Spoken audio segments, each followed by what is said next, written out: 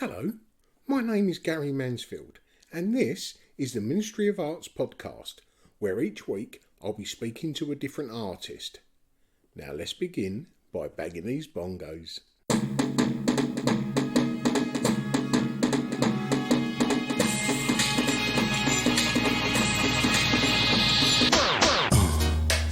Yeah, right. Crazy.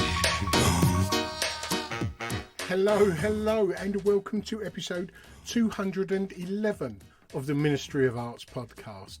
Well, today we've only gone and got the notorious Billy Childish. And this episode is sort of related to last week's episode, 210, which was Steve Lowe from L13. And if you're not aware, L13 is a sort of stable of four artists, among a lot of other things. But those four artists are Harry Adams, Billy Childish, Jimmy Coulty and Jamie Reid. Well, I'd wanted to speak to L13 and that list of artists ever since I started the podcast. And I tried several times but never really got anywhere. But then, you know what it's like with persistence. So as I say, last week was Steve Lowe, who was the founder of L13 and one half of Harry Adams.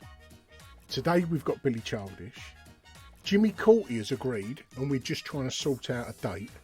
And I'm currently exchanging emails with Jamie Reid and hoping for a positive outcome there. Back to Billy Childish. Billy invited me up to his studio, which is in the historic Chatham Dockyards, which, funnily enough, is where I met Steve Lowe from L13 as well, who happened to be there that day. And I'd heard so much about Billy, I was really quite nervous to meet him, you know, because I genuinely didn't know how he'd take me, because I was well aware that he speaks his mind and he definitely doesn't take fools gladly, that's for sure. In the early days, he was better known as a poet who had a, very well documented relationship with Tracy Emin, and then being one of the original members of the Stuckism movement, all of which obviously gets covered in this episode. His studio in the dockyard is fascinating. It's full to the brim of paintings, from large right up to very large. And I was lucky enough to turn up when he was working on a painting. And I can't remember the size which he stated at the time, but I think it was something like 6 by 10 feet. And when I arrived, there was a sort of horizon line going through the middle of the canvas, and he was halfway through setting out the composition of a standing figure. Throughout the time I was there, which was maybe 2.5, 3 hours, he'd drawn that central figure, the foreground, the background, he'd done the underpainting, and pretty much completed it by the time I left. He works at an astonishing pace and knots. No wonder the studio was full of canvases. It's great because as we're talking, you can hear the bristle sort of working the paint into the canvas. And because the canvas was so big, we couldn't really use microphones because I'd have had to have sort of stood behind him with the mic in front of him. So I just put the recording device on a stepladder just behind him as he worked. And sometimes he'd walk away to another part of the fairly large studio to tell me about something, and that being a little bit of a gamble because I wasn't sure whether the mics would pick it up or not, but luckily it did, and just it added to the atmosphere, you know. But yeah, a great episode. He's honest, he's open, he's pretty much filterless, and yeah, all the makings of a great episode. So please, come and join me in the studio of Billy Childish. This is the funny thing as well, you see, because I sort of like slagged off a load of stuff, people presume that it means I think what I do is good, which is not the case. You know, I can only do what I can do, and I don't understand all what it's about. I've got no choice.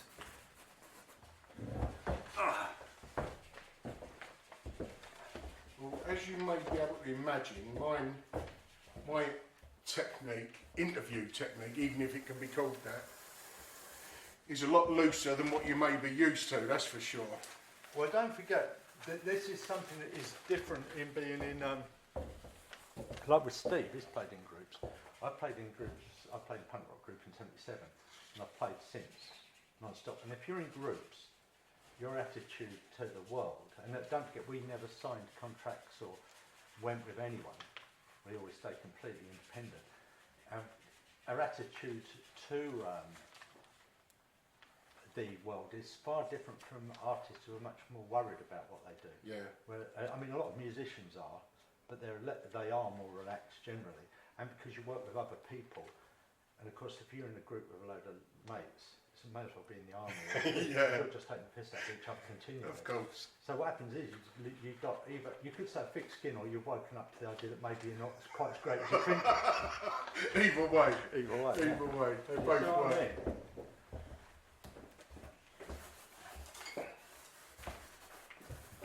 So where did the music start, Billy? The music? Yeah. Well, really, from when I was a kid,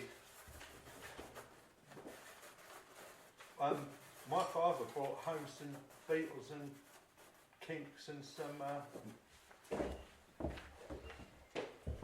Rolling Stones records and Bob Dylan records when I was three years old, and I really liked it.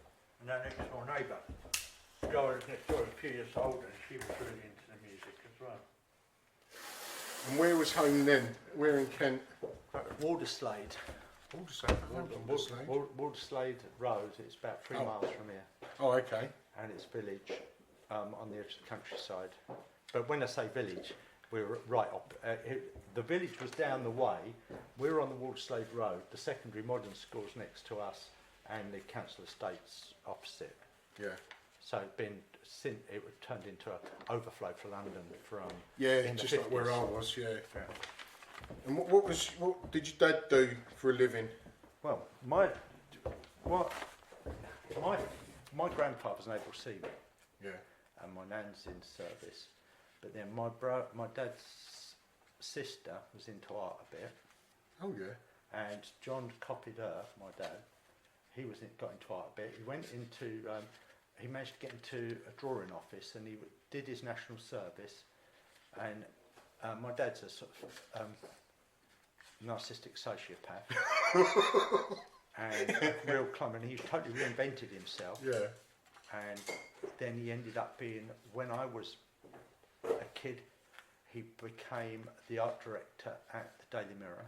Oh wow. Then he started his own company, design company, in the mid-60s, doing sort of corporate, so like what would these days be sort of corporate identity things, logos and stuff, before you can make a huge amount of money out of it. Oh, there you go.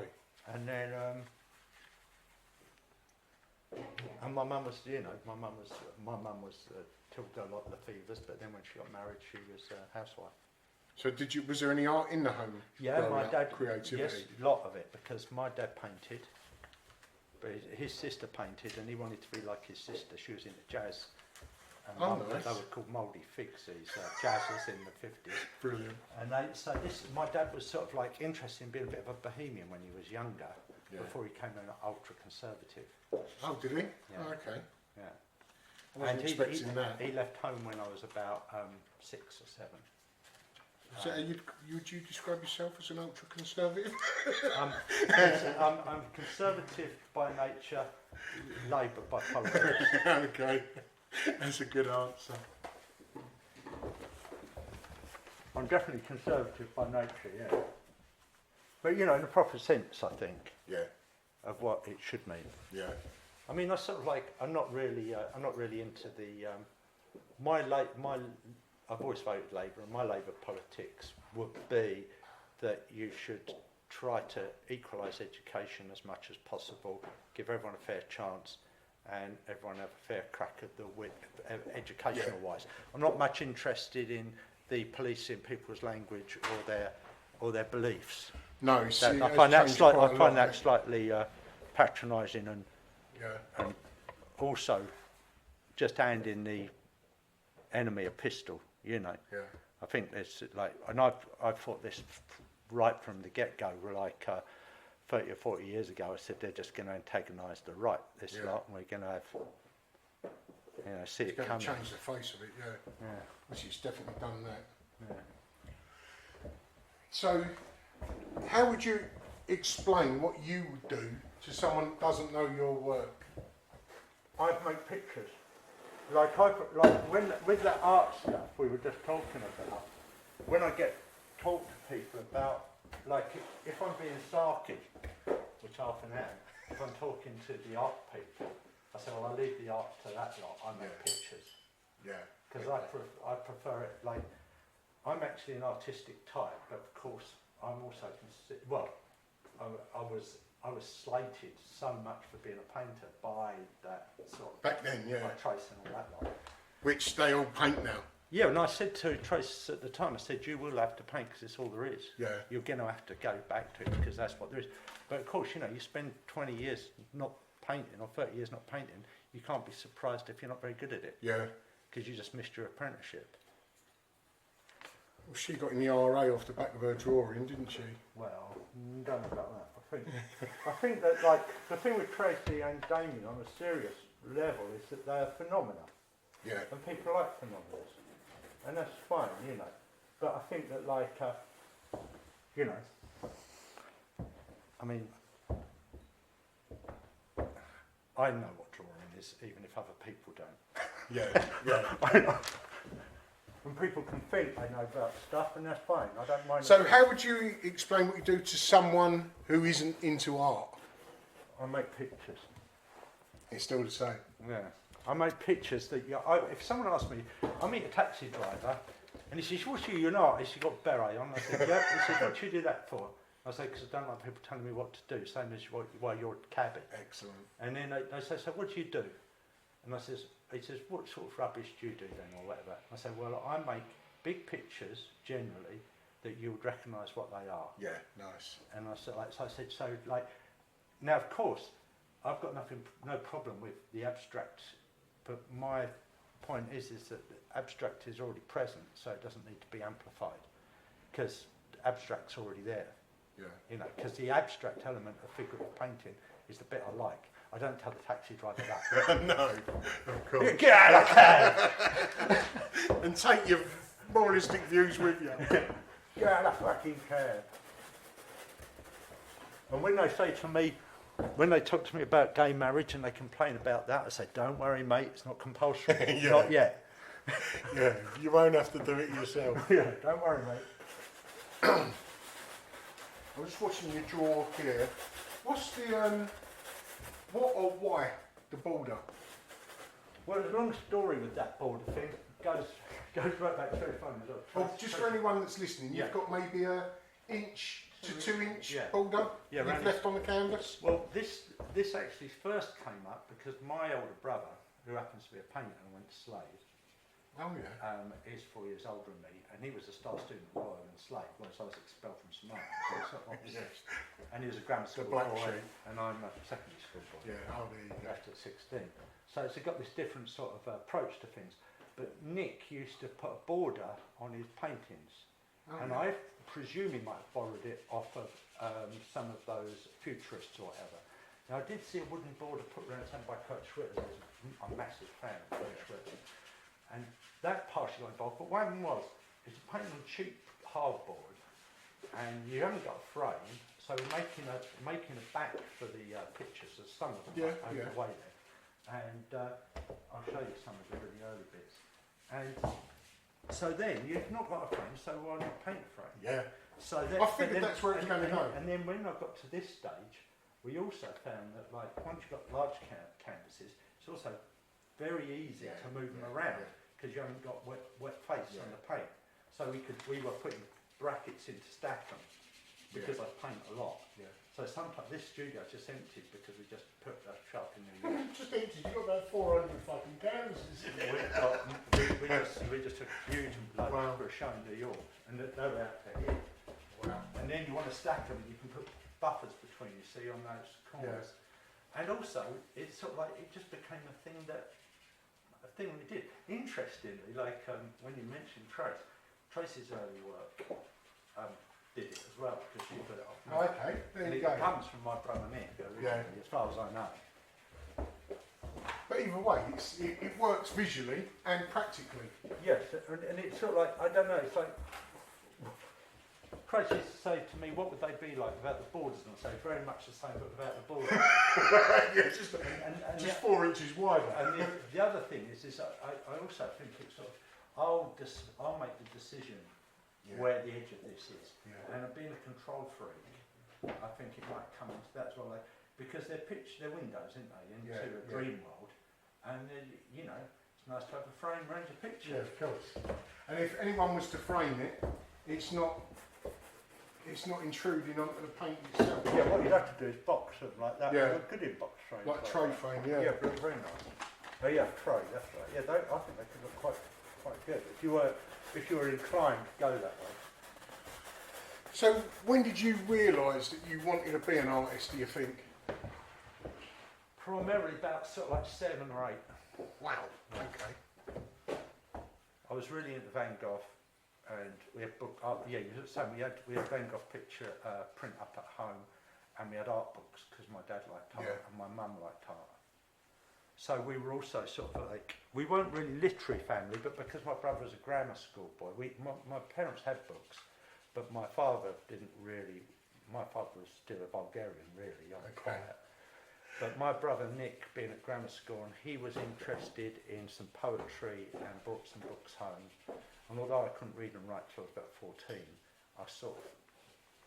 my big brother was a massive influence on my taste in things, like because I was looking at Bacon and Eddie Wall when I was 10. Yeah, wow. And then, and so obviously I got that out of my system early. Yeah. And then, I didn't hit that until I was 26 when I got introduced to art. Which with me, so like I said, like, you know, I sort of like, it's the same as with the music. What happened was, is like once I got into the punk rock thing in 76, I just sort of like, 77, 76, 77, we just started, after that, I didn't like where anything went, and I just went backwards into the swamp.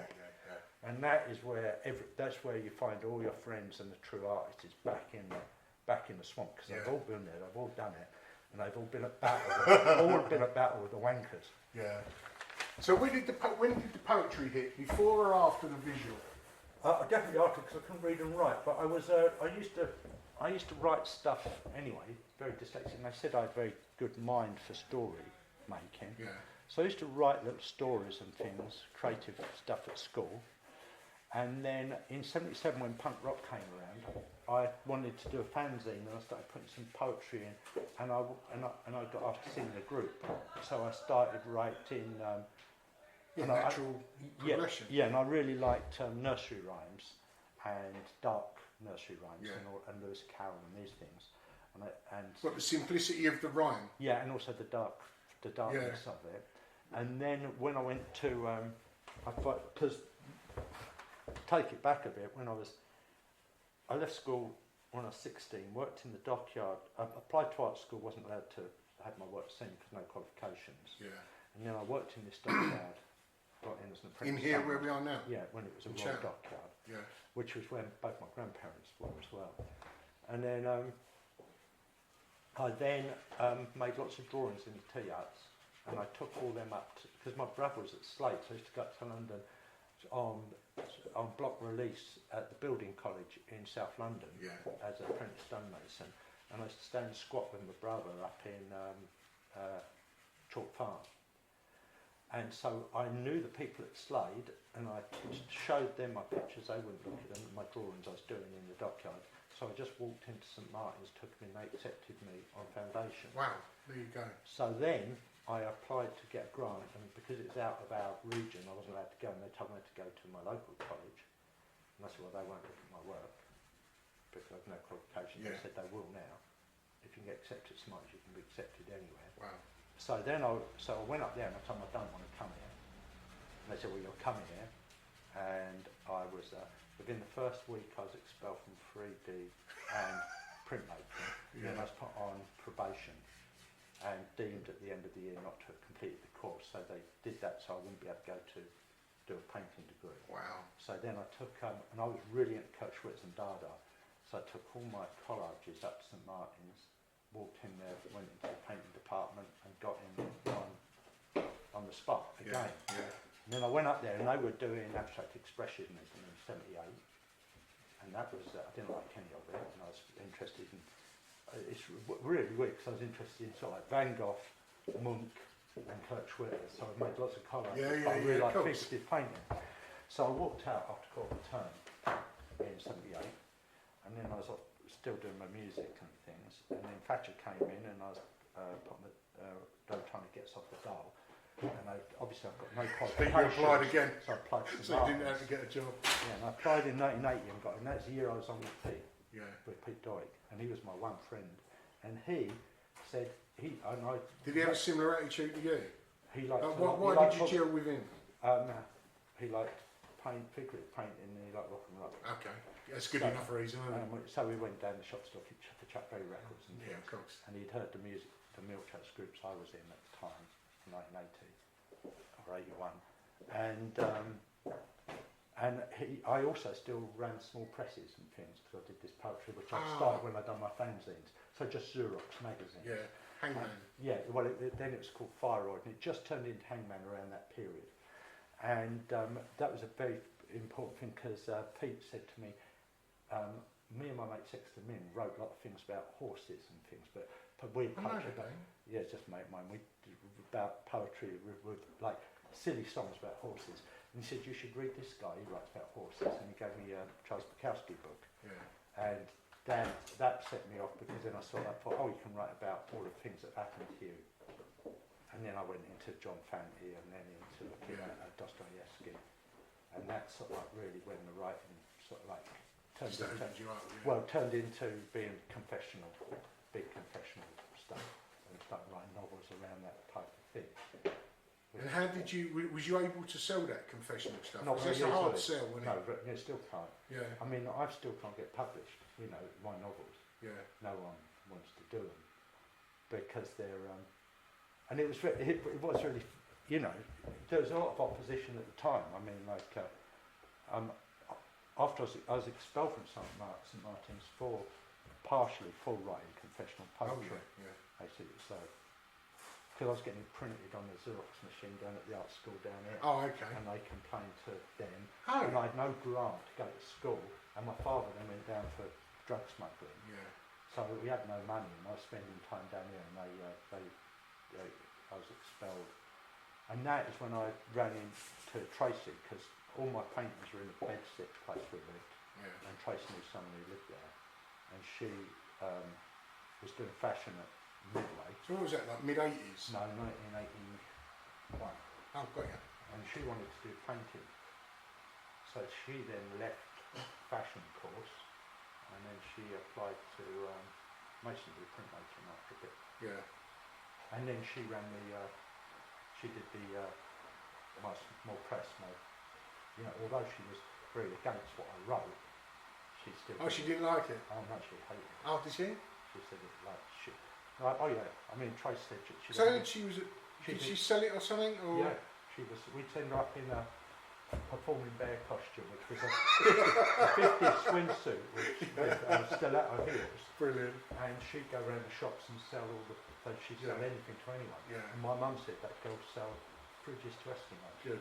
Good. And you dressed in a bear suit with high heels? Well, when it was bear suit, I mean, we called it performing bear suit. It's a 50s swimsuit with a skirt. Yeah, oh, got you. There's some pictures of her on the back of some of the stuff with me that on. And she, even though she was really, what I wrote about us, and it was very graphic. And about your relationship? All the time, yeah. Got you.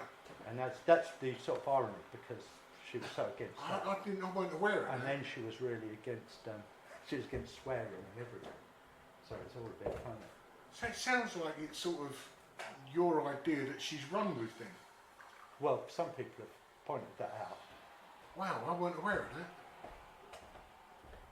It's weird, isn't it? Okay. Yeah. Well, we don't. I mean, you can mention that far, but this is off the record. Yeah. Is that she would,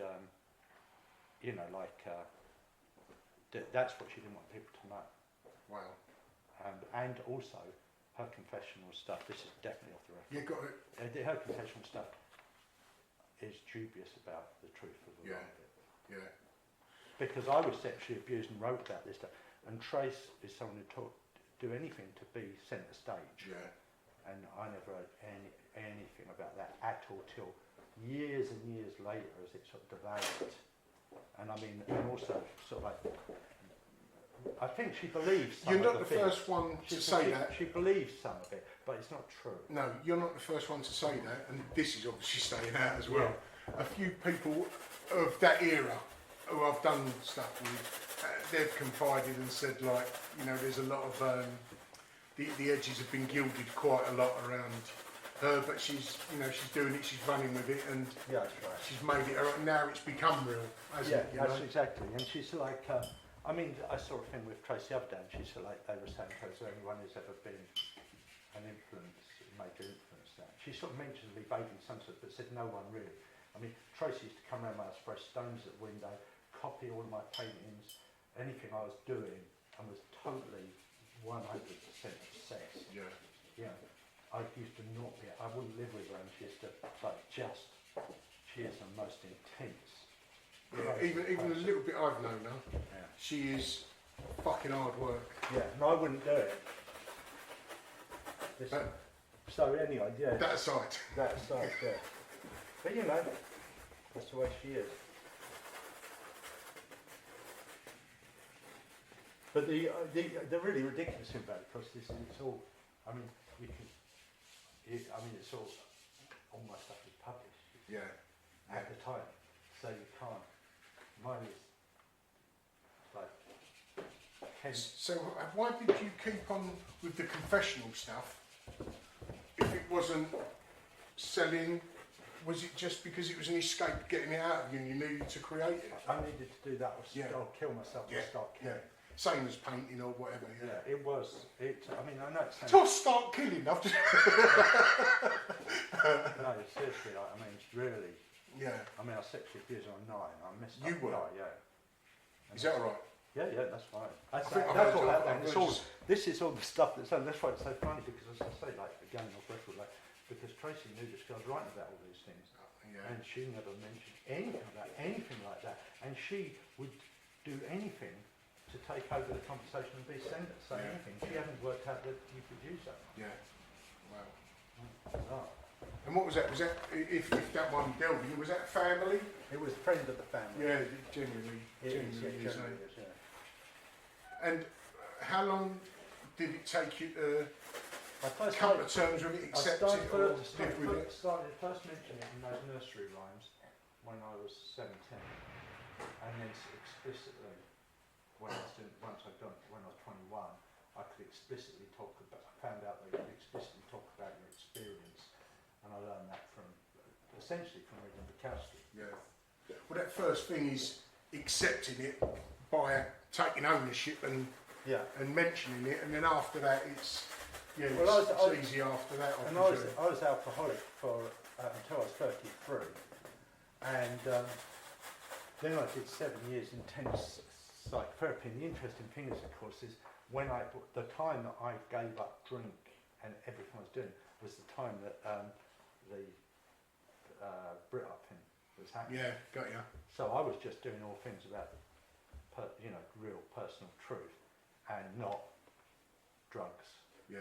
I was dry for 18 years as well. Oh, wow. I will drink a little bit now, but I sort of like totally, it was come up or die type thing. It was the second one from the writing, but then I had the thing where my lifestyle was so wrecked that I had to do something completely radical or go down. You was talking about the rise of Brit art, and you obviously famously were opposed to that type of art. Well, I thought Banker's Dada, you see, that's what I called it. Thought it was what, sorry? Banker's Dada. Yeah. And was your introduction to that via her?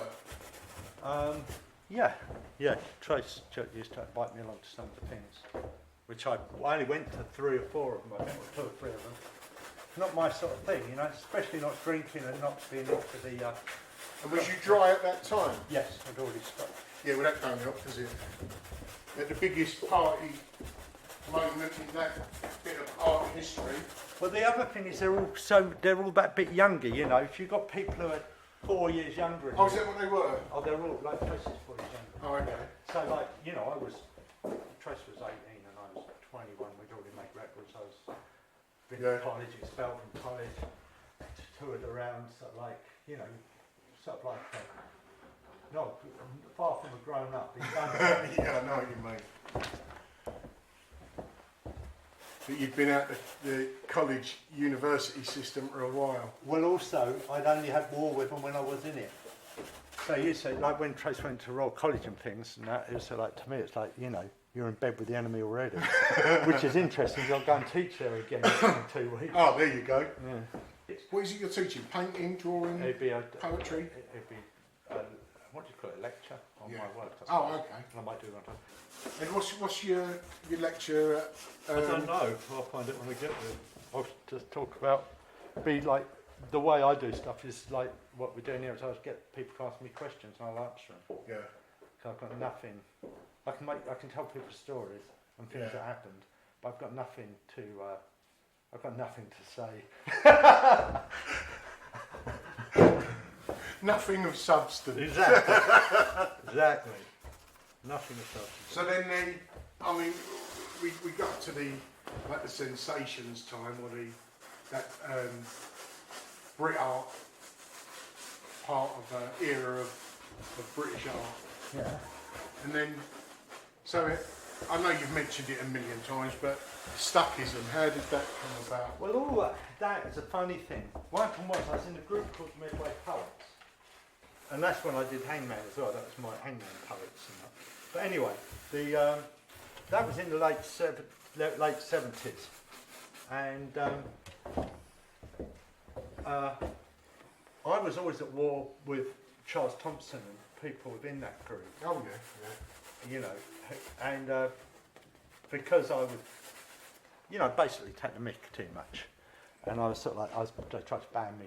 He tried to have me banned from readings when he did the TV thing, and they bounced on the door to keep me out. Nonsense. I met him years later, and I'd written this. He'd been following my poetry, and I wrote this poem about. I'd written this poem where I used to go up to town, and when Trace was on the dole or whatever, I used to sort of lend her money, or give her money, give her some of my dole money, or 5 Thompson records. I'd give her 20 quid. Because she was in real hard times at that time, and then once the Brit art thing kicked off a bit, she used to try and get me to go along to those things, which I didn't only as friends. We split up for 10 years or whatever, or 7 or 8 years, I don't know. And she tried to get me along to go to those things. I didn't really want to. And one night she said to me, I called her from the Victoria Station, and I said, because she wanted to meet up. I said, no, I'm going home. She said, well, my friend is going on stage tonight with nose stuffed full of cocaine. And I said, well, that's another reason I'm not going. And she said, she said, your problem is you're stuck. She said, you're stuck. You do that stupid painting, write those idiotic poems, and you're just stuck. You know, I don't tolerate people who don't fulfil their potential, all this sort of stuff. I said, fine, okay. So obviously that just goes straight into a poem. So I just wrote this, you know, you're stuck, still doing those idiotic, just do a talking to me. And Charles had seen this, and in the meantime, so this was published quite a lot before, but in the meantime, that was probably written in the 80s, that poem, or maybe probably very early 90s. Yeah. And then before Trace had her got nominated for Turner or whatever, and then Charles, and I was trying to promote some local people who did painting, trying to put their exhibitions on, and Charles, I met him in London, Leicester Square, just outside the cinema, Charles Thomson, and he said, I want to form a group, because I already did this thing, the Hangman Bureau of Inquiry, writing manifestos against Brit art. And he said, I want to form a group, and I want to call it Stuckists, and it's based on that poem you've written. He said, would you be in it? And I said, yeah, sure. And he said, right, and he sort of trolled on with that, and he said, right, I'm putting in it. I said, we should write manifestos, so I showed him my manifesto. I said, we'll work on that. And he said, right, I'm going to organise an exhibition. I said, fine. So he organised this exhibition in East London, and I went along, and I hated all of it. And I said, I'm leaving, I can't be in this group. And Charles said, can you pretend to be in it for the next year? I said, I suppose so.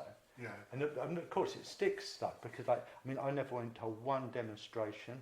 I never did. Oh, okay. Yeah, never, not interested in any of that stuff. And I didn't like the work. And I mean, I press people up, Charles and people trying to get me to give Tracy's information and phone and all that, which I refused to do. Well, so I wouldn't. So that was it. Really. There's a certain irony that it goes back to her.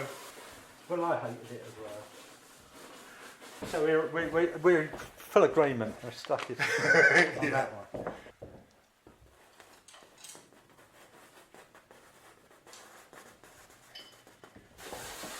Is that right? You paint sometimes 4 or 5 in a day?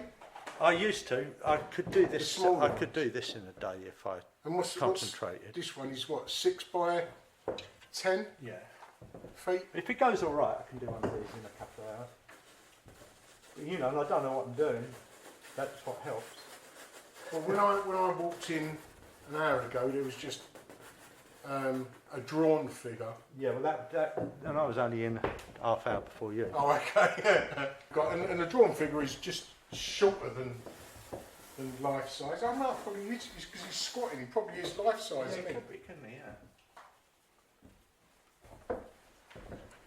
It could be. Is there an artwork that you've created that stands out, be it emotionally or? Yes, I did one self-portrait of a bad nervous breakdown about 3 or 4 years ago. Oh, really? Okay. And I did a portrait that week, which I liked. So it crossed the threshold of light. Yes, like and I did one painting in the New York show that I liked as well. But there's obviously ones that work better or mean a little something or probably told you a story as you was creating them, sort of thing. Well, I only paint to find out what I'm going to paint really. Yeah. So like with this one, I did a big series of these recently, of these sort of Australian Aboriginal figures, and I realised that afterwards I realised what they sort of were was sort of like, you know, this sort of like this search for God and or joining of heaven and earth, which I think is what life's for. So this one is like, this is unusual in the sense I might know roughly what it's about as I'm doing it, but only because I did 6 of them before and I found out by doing that that's what they're probably about. I mean, these I don't know what, you know, I was looking at this, did this last week, these 2 walls, and I think like, I was wondering what that was about, and I thought like, I always wonder if the trees are people, and I always wonder if the walls are people as well. You know, and like who? Like, I mean, is that these are 2 workers, but are they? Is it sort of like? I mean, everything's a self-portrait in the end. Like I suppose even everything. Well, I thought that when I looked at the guy on the right. Yeah, I wondered that, but it wasn't the idea. Of you. So this one that we're talking about, I'll take a photograph of it actually. So it's a portrait of 2 farmers or 2 farm workers. Labourers, Sat side by side. Which again isn't just sickle in hand. That's another thing I thought. It's because my family are farm labourers. Oh, are they? Yeah. So where did you paint from a drawing? No, I work from things I find, photos and things like that. You see this here, I'm trying to use that. Yeah, you're holding a picture of 2 Aborigine figures fighting, playing with a lake in the background. Yeah, and I'm using the lake a bit. Yeah, or a part of the lake. Yeah, part of the lake. And it's almost an imaginary depiction of it. Well, the whole thing's a sort of dreamscapes, I presume. Are you all right with me taking photos of these ones, Billy? Sure, yeah. It'd be a good line to have colour on it. So you spent a couple of hours drawing this canvas out. Possibly. How long is the painting? It depends. Well, everything depends on how easy things are working. You know, if the gods are kind, everything goes easy. And sometimes I could still be trying to draw this figure. Well, it does help that you're not painting within a structured idea. So you're giving yourself a lot of mental freedom to make mistakes or use your mistakes or what have you. Yeah. And how many days are you in the studio? 1 usually. Oh, is it 1? Okay. Yeah, because otherwise I paint too much. A question that I ask each guest, Billy, Yeah. If there was you and 5 other artists, past or present, Yeah. what would your ideal group show be? Ooh. It's very. Well, I'd have to just go. It would be a very weird show, I'd imagine, because I like, because I'd just go for. It wouldn't be very well. It wouldn't be like a professional curation job. That's quite right. It'd be banged straight up the wall. I'd have. Well, I'd be in with all my mates with Van Gogh, Monk, Delacroix. I might have a Holbein in there, like a Nice. Holbein. Anyone else I like? Do you know any other painters I like, Huddy? Kurt? Yeah, we'd have to have some Kurt Schwitters. That's right. Maybe we could even probably have a Schmidt-Rutler, couldn't we? A good early one.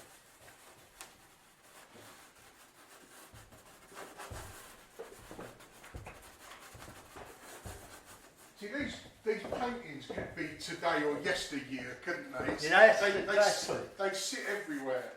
You've got it, exactly. And that's what we tried to do with the music as well. Here's the thing, like I knew people who were friends of Damien who were doing this thing called the Idler magazine. And they really liked Damien's stuff. And I did something with him when he was down in the early days down in Devon. And they said, like, so well, the thing with Damien is, it shows us who, it's a reflection of who we are. I said, who needs that? You want a reflection of who you could be or become. Yeah. You also want the thing to be any time. And that's really interesting stat because I saw that one of the titles of these is the Everywhere. Nice. Which I like that. an Aboriginal term for the dream time. Okay. The other translation for it is the Everywhere.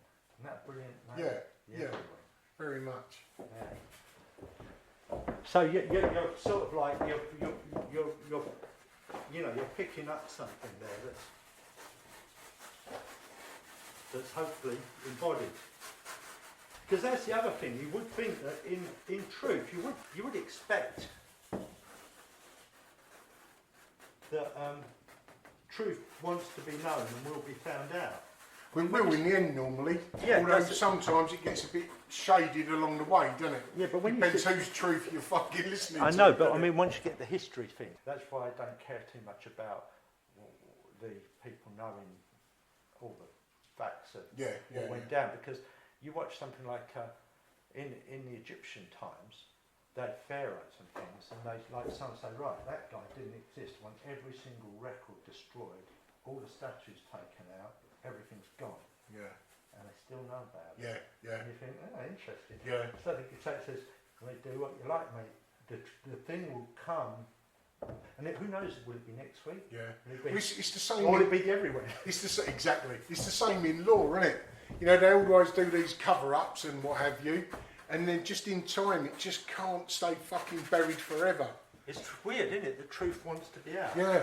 Which is a really nice thing, because it does make you feel that, like, there's a spiritual element in life. A sort of yin and yang coming about. Going to try and sort of like move towards Balance, wholeness and truth, which is what everything's trying. And everything's trying to do. And even the people who get it wrong are only trying to do that. I mean, like when you fucked up doing your thing, you thought, if I do this, this, and this, I'll get this result, and I'll be okay. Yeah. But because the only thing that drives people, where the mistakes happen, and like even with Trump and Hitler and all those people, is because they think that their action is going to bring around a balance that will make them feel all right. Yeah. They're too stupid to know it won't. Yeah. And of course we're all pretty stupid. Of course. And the idea is, I suppose, to get less stupid as possible. Yeah.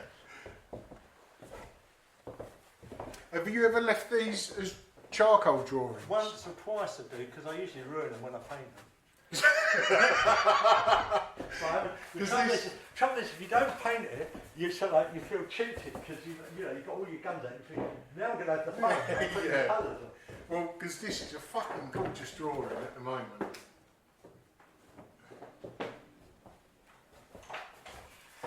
Talking about that stuff, because I just did this big show in New York, and I had 6 or 7 of these, and I had these other spirit guardians that I wanted in it.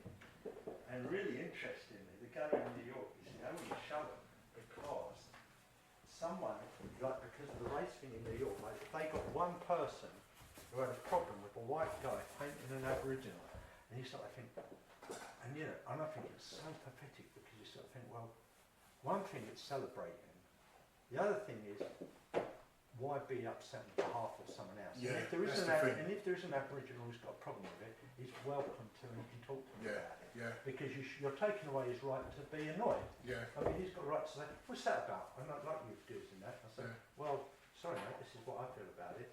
We can agree or disagree.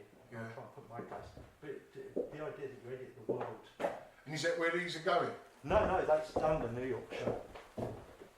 This is I don't paint anything for anywhere. So I'm just painting. Good. There's definitely no one asking for this. No one asked for that. No one asked for that. Because I don't know if any of them would like that. They have got a bit of a Germanic sense to them, haven't they? Yeah. Oh, they're definitely Northern European, not Southern, isn't they? I mean, even without the people, even like this view here with the walls. Well, also, I did a lot of Pacific Northwest just now, which is where I met my wife. My wife's my partner was American.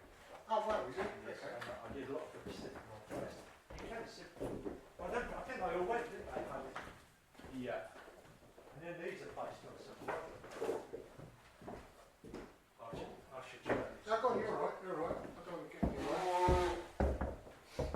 Do you ever go over the border that you've created? I actually sometimes do not paint with a border. Oh, okay. Very unusual. I don't know. I'm a very obedient boy. Oh, you stick by your own rules. Yeah. I don't know. This is what's really weird because I don't have any problem with that Brit Art thing or their success or who thinks anyone's good. But I do have a problem with not being allowed to say things, or the fact that it's or that there's no dialogue. Yeah, what is, it's presumed contrary before you've even said it. yeah, because or there's a problem. You've got a problem. I don't care. You know, I'm happy for anyone to do what they like. I mean, how was you with Peter's success when he got it? Because he's just like blew up, didn't he? He was the, well, didn't he have the highest selling of any living artist? Yeah, which is highly embarrassing. I think. With Pete, I was sort of proud of it. He's my mate. I like it, but I also thought that the work was okay.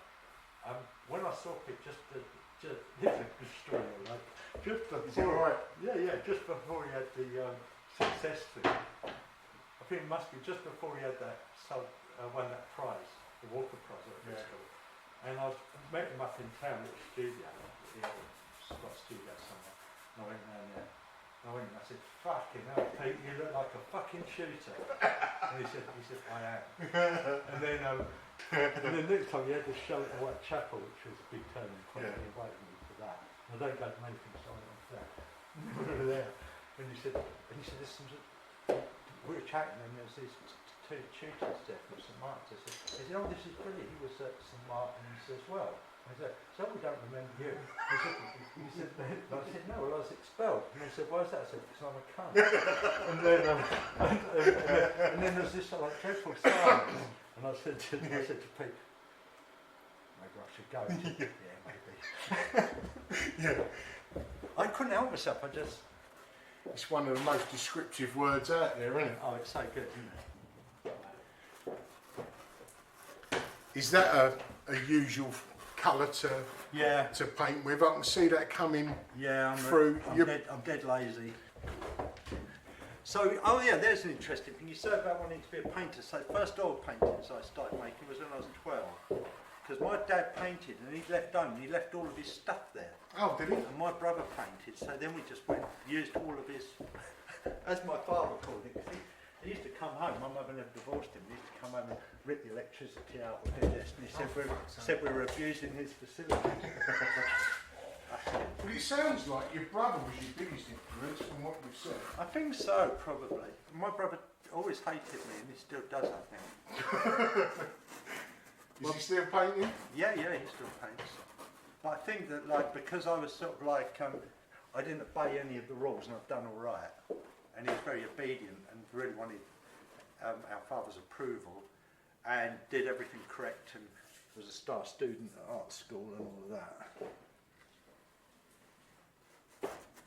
Do you think he resents your success if you called it that? Yes, yeah, he does. And my father. They're both very jealous people. They don't celebrate family achievement by any means.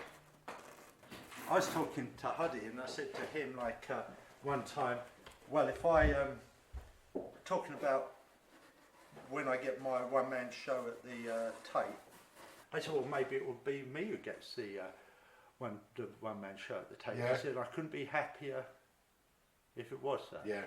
Yeah, and it really surprised me because he said that, and that was my instantaneous Natural, yeah. feeling. And I thought, So coming from the heart rather than the brain. And I thought, well, how weird my family are to their attitude. Yeah. Because you know, and it's very warming when you notice that that's your, you know, you surprise yourself. What do you reckon you'd like to be if you weren't an artist? Well, the only thing I've ever thought of, I know that my great grandfather was a council road sweeper for a while, and I thought that. I've always thought that maybe I could handle something like that. If I was of a calm disposition, I'd like to do something quite a menial, and it's like gardening or something. Yeah, but yeah, it's yeah. not. I don't think I'm cut out for it. But you know, I don't. I couldn't do a job. No, it's with me. The only thing that got me going when I was a kid, got me through my childhood, was Peter Cook, Dudley Moore, and making pictures. When Steve was here earlier, you mentioned Winky Wanky Woo, and Yeah. I knew that from Derek and Clive. And that's interesting because you said, but you got that poster as well, you know. Because of course I did that rude poster for Milton White. I think almost bloody brilliant. Yeah, I'm not taking the piss out there. I'm taking the piss out the other time. I figured that, yeah. So the poster you're talking about is, it was Gilbert and George as Morecambe and Wise, or vice versa. Yeah, well, basically it said it's like Morecambe and Wise, but with better jokes. Yeah, yeah, and I liked it, and hence me buying it. Well, it's fun, isn't it? That's what I think. What have you got coming up, Billy? Well, we've got that show running in New York for another couple of weeks. Well, bearing in mind this probably won't be out until start of January, really. I think. We might possibly play a show with the group in London, which we very rarely do. We've always got stuff. We've got a new. Are you doing anything with Steve, like L13? Yeah, we've got this coming out. I've done a woodcut version of this. This is for the last. This is. Hell, that's a gorgeous one, isn't it? We've done one volume already, and we've got a third one coming, which is even bigger. And this is like, if you open it up, you can have that.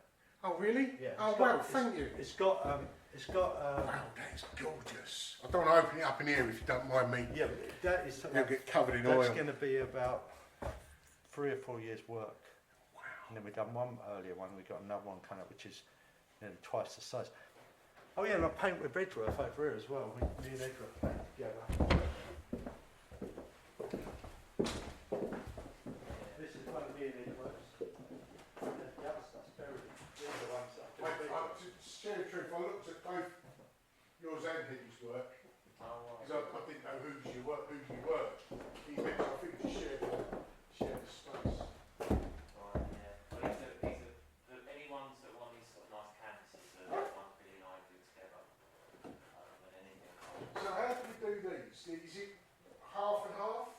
Often, what I'll do is they just say, what should we do? And I'll say, why don't we do that? And you say, well, what do you want? I say, well, let's do those or some type of thing. You say, well, what do you want? Because you can even see visually that they're yeah, I know that. He's there, you're there, and you can see that this is an amalgamation of both. That's right, yeah. Because that would be fun, do it? Yeah, we should do that.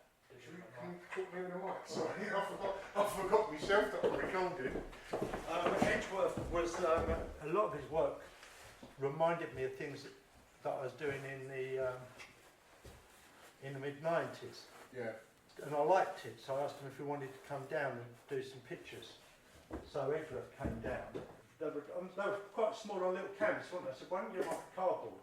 Do big Oh, cardboards. I love it on cardboard. So, I really because I said do. that'd be an easy way to loosen them up. And he started one, and I said, yeah. I said, can I show you something?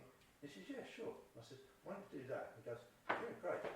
And then we realised that neither of us cared if we ruined each other's work. Nice. So So what happened was we sort of just fell into painting together. Yeah. And it's real good because it's like, it's hard to pick. I do it with Steve sometimes, but Steve's ego and my ego, they'll clash. Oh, But me and Edward, it's sort of like, I do something, go right, and I'll say to Edward, we'll keep that bit. Yeah, And it works, and don't. And Edward's super easy going, if I do something, he says, yeah, it's good enough. So, do you reckon I should do it? Yeah, maybe. It's all super easy. And how are you with that being reversed? If Edgeworth wanted to go over yours, is that cool? Yes, it does. We do it that way. Well, it's usually, I would say I was like lead singer. So what would happen is I will probably say, it's more likely I'll tell you that I think it's no good, wouldn't it? Yeah. I said, I don't think that's any good to you, Edgeworth. And he said, I'll just get rid of it. I said, can you do something to that? Because I can't do that. You do something. Yeah. But it's, I mean, it really is like, sort of like, Edgeworth gives me all the room and does a lot of the work. So on them collaborative ones, what goes on the bottom right-hand corner? Is it a collaborative work, or is there a name for that collaboration? There is a collaboration. It's called Headcoats Horse. Nice. But that's just me and Edgeworth. But all three of you, they just sit so well together, don't they? I think so, yeah. I suppose.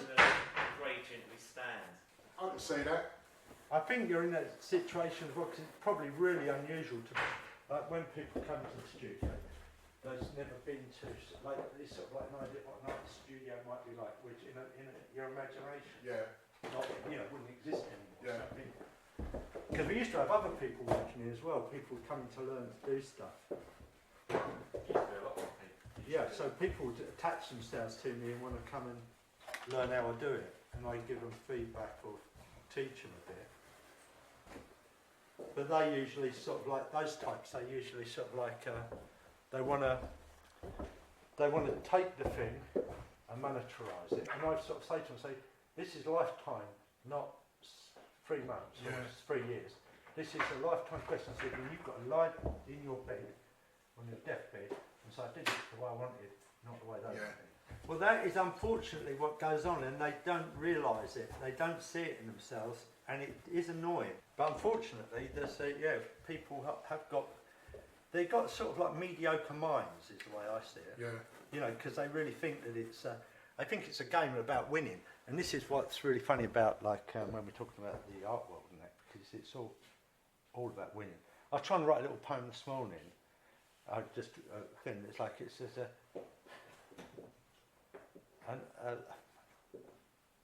an artist in gallery is like a pet being trained with a carrot.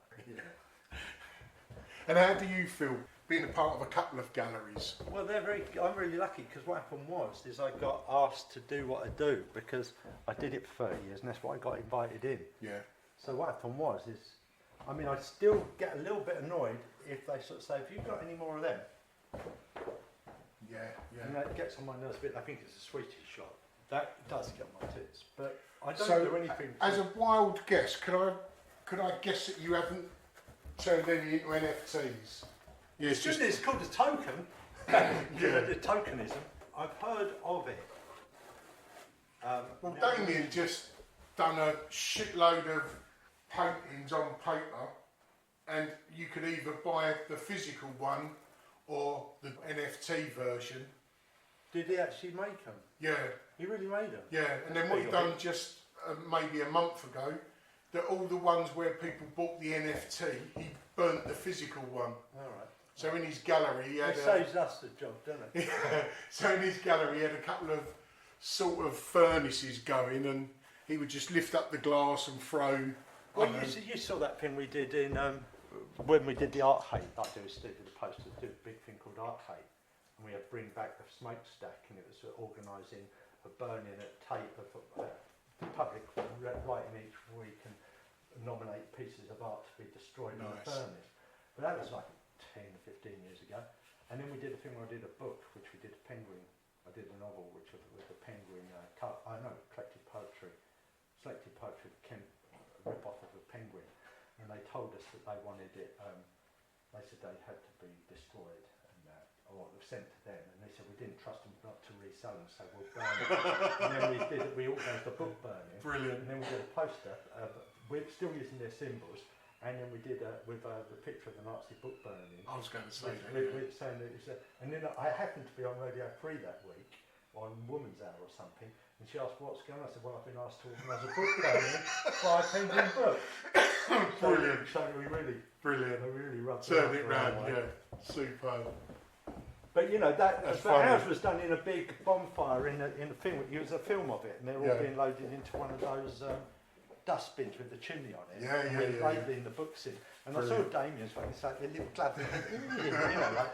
So it's fucking pathetic. Well, he even had a silver suit on, didn't he? Yeah, that's so. I feel so bad for that. I mean, he's doing all right out of it, though. You got to say. Yeah. So what? I mean, doing all right out of it. I mean, what a life. I mean, yeah.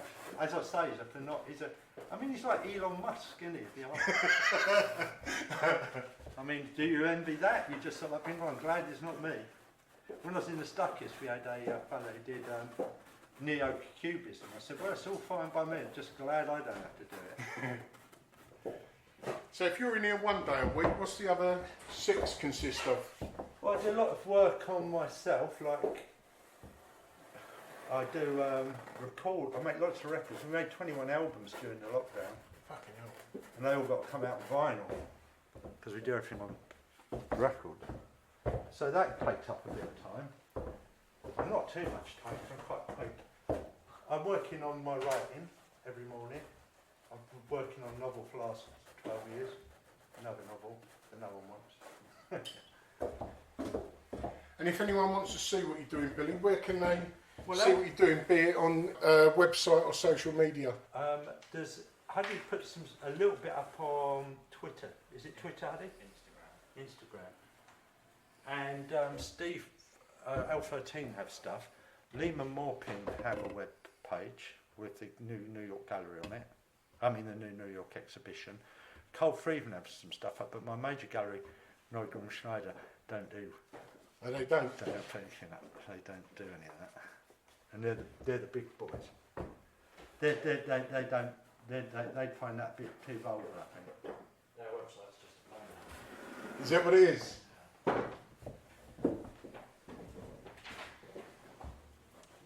Well, that's pretty much all my set questions asked, Billy. Good. Well, whatever you want, I don't mind. Thank you, mate. I appreciate your time you've given. And I hope I've not got in your way too much. Not at all. You can ask more if you want. I don't mind. I just end up forgetting that I'm recording and, walk 20 feet away from the mic. Yeah, I know. It's going to be a problem, isn't it? It's been beautiful to watch this take transformation, though, from Well, you're welcome to stay. a nylon blank canvas. What's the real time, Paddy? Well, hope you enjoyed that episode of the Ministry of Arts podcast. So we wasn't dictated to by advertisers, we decided from the offset to go ad-free, which means obviously we had to self-fund. So we set up the Ministry of Arts Patreon page. And without that support we would not be able to produce this podcast. So if you like what you hear and you're able to support the podcast, just go over to the Ministry of Arts Instagram profile. You'll find a Linktree drop-down box which will direct you straight to our Patreon page. And for the price of a cup of coffee, you can help keep us growing week by week. But if you're not able to do that, that's fine because this content is free for everyone. But leaving a review on whichever platform you listen to your podcast, that really does help us get noticed and anyone else looking for an art podcast. Or even giving us a positive shout out on your social media. Everything is appreciated. But either way, thanks for listening and until next week, ta-da.